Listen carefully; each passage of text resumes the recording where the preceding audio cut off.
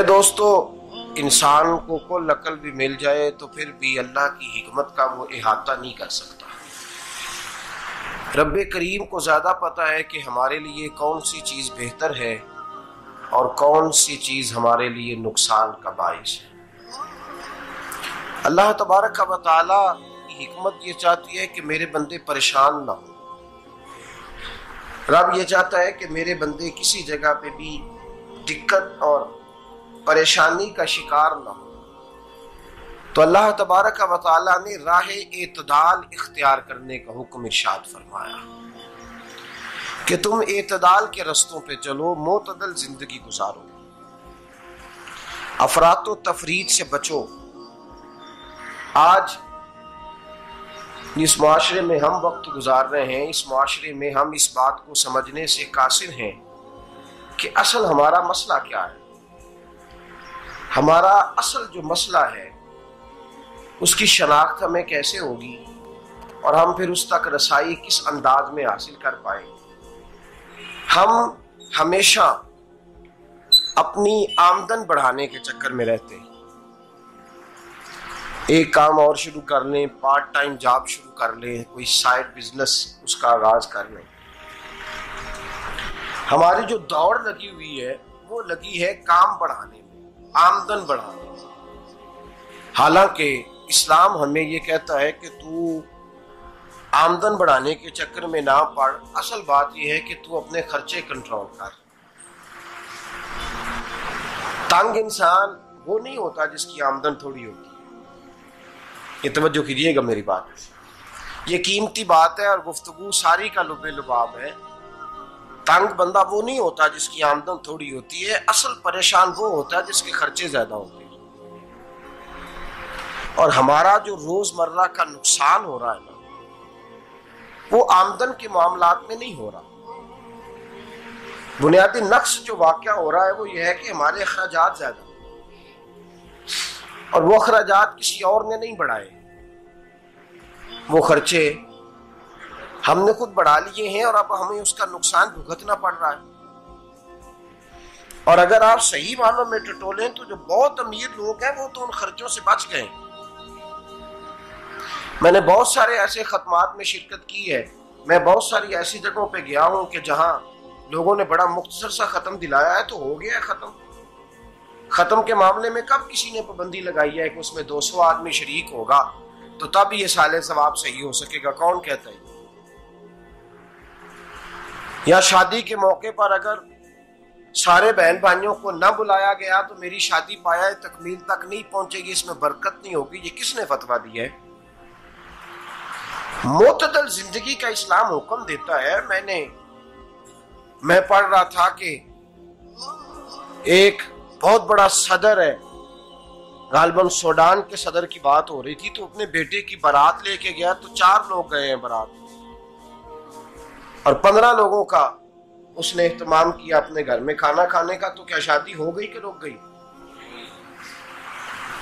तो भाई राग अलापना इस बात का कि बड़ी परेशानी है, कोई साइड बिजनेस शुरू किया जाए फलान जगह फलान जगह फलान जगह। तो असल मामला ये है कि पहले एक बंदा कमाता है तो फिर भी घर ही चलता है, फिर बड़ा बेटा साथ शामिल होता है तो फिर भी घर ही चलता है, फिर मंझला बेटा शामिल होता है तो फिर भी घर ही चलता है। जो रोना दादाजी रोया करते थे कि बड़ी मुसीबत है, बड़ी मुश्किल है, गांव में रह अकेले होते थे और वो 5 बच्चों को और 4 बच्चियों को वो पालते थे। तो जो वहां परेशानी थी वही आज परेशानी शहर में आकर पढ़ लिख कर मोटी तनख्वाह लेकर वही परेशानी हमें है। तो मैं जिस नतीजे पे पहुंचा हूं इसको पढ़ के, कुरान मजीद की चंद आयात को देखकर और इस मफहूम की जो हदीसें कुतुब हदीस में पाई जाती हैं और हमारे बुजुर्गों ने हमें जो मिजाज इस हवाले से दिया है, मैं इस नतीजे पे पहुंचा हूं कि मसला आमदन का नहीं, मसला खर्चे का है। हमारे खर्चे बुनियादी तौर पर ज्यादा, और अगर फिर हम ज्यादा बोझ खवातीन पे डालते हैं कि वो मुतालबे ज्यादा करती हैं। और अगर आप मुझसे पूछें तो खवातीन की भी अगर किसी जगह कोई आदत खराब होती है तो उसमें असल किरदार उसका होता है जो वो आदत खराब तो क्यों अपने गले से उतार के आप किसी के गले में बात डालने के चक्कर में हैं? वो खवातीन की तबीयत नहीं ऐसी है। असल बात यह है कि हमने आदत डाली है, हमने ये मिजाज उनको दिया तो उनका बना है, न कैसे बन सकता। तो एतदाल जब तक जिंदगी में नहीं होता, पानी प्यास बुझाता है, लेकिन एक गिलास ही हो तो प्यास बुझाता है। बाल्टी को मुंह को लगाएगा तो कपड़े भिगो देगा उसके। हालांकि पानी बुरी चीज का नाम नेमत है ना, बहुत बड़ी अल्लाह की, लेकिन प्याले में ही अच्छा लगता है। कोई मटका मुंह को लगाएगा तो तंग होगा, प्याला ही बेहतर है उसके लिए।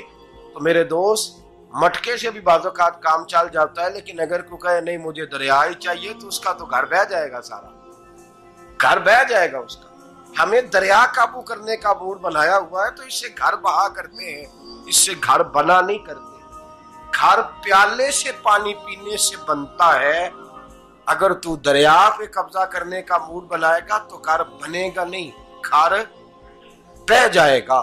आग ना हो तो खाना पक नहीं सकता, लेकिन हल्की आंच से खाना पकता है। और अगर आंच तेज कर दी जाए तो जी, करीने क्यास बात कर रहा हूं मैं, अकल से मावरा नहीं कर रहा। करीने क्यास समझाने के लिए मिसालें दे रहा हूं। हल्की आंच पे खाना पक जाता है और आग तेज हो तो खाना जल जाता है। तो खाना उतनी देर ही खाने के काबिल रहता है जब तक वो हल्की आंच पे पकता है। तू जितनी मर्जी तू कहता है नहीं मेरा गुजारे नहीं, आग तेज होनी चाहिए, तो मियां जल जाएगा, जल जाएगा। हवा न मिले तो सांस नहीं आती, ठीक है। ऑक्सीजन ना हो तो सांस है, हवा ना चले तो गुजारा नहीं होता। लेकिन अगर तेज चले ना, अगर तेज चले तो आंधी और तूफान बन जाए तो छतें गिरा देती है, जाने ले लेती है। हम हैं तूफान के चक्कर में, हम हैं दरिया के चक्कर में, हम हैं बड़े नाव के चक्कर में। तो मियां हल्की आंच ही अच्छी है, याद रख। और एक गिलास पानी का एतदाल से मिलता रहे तो वही मिलता रहे, जरूरत के वक्त वही बेहतर है। तू पूरे दरिया पे कब्जा करने का प्रोग्राम ना बना, तंग हो जाएगा। और मेरे अजीज याद रख, हवा सांस लेने के मुताबिक मिले तो वो अच्छी है, जो सांस बंद करने पे आ जाए वो हवा अच्छी।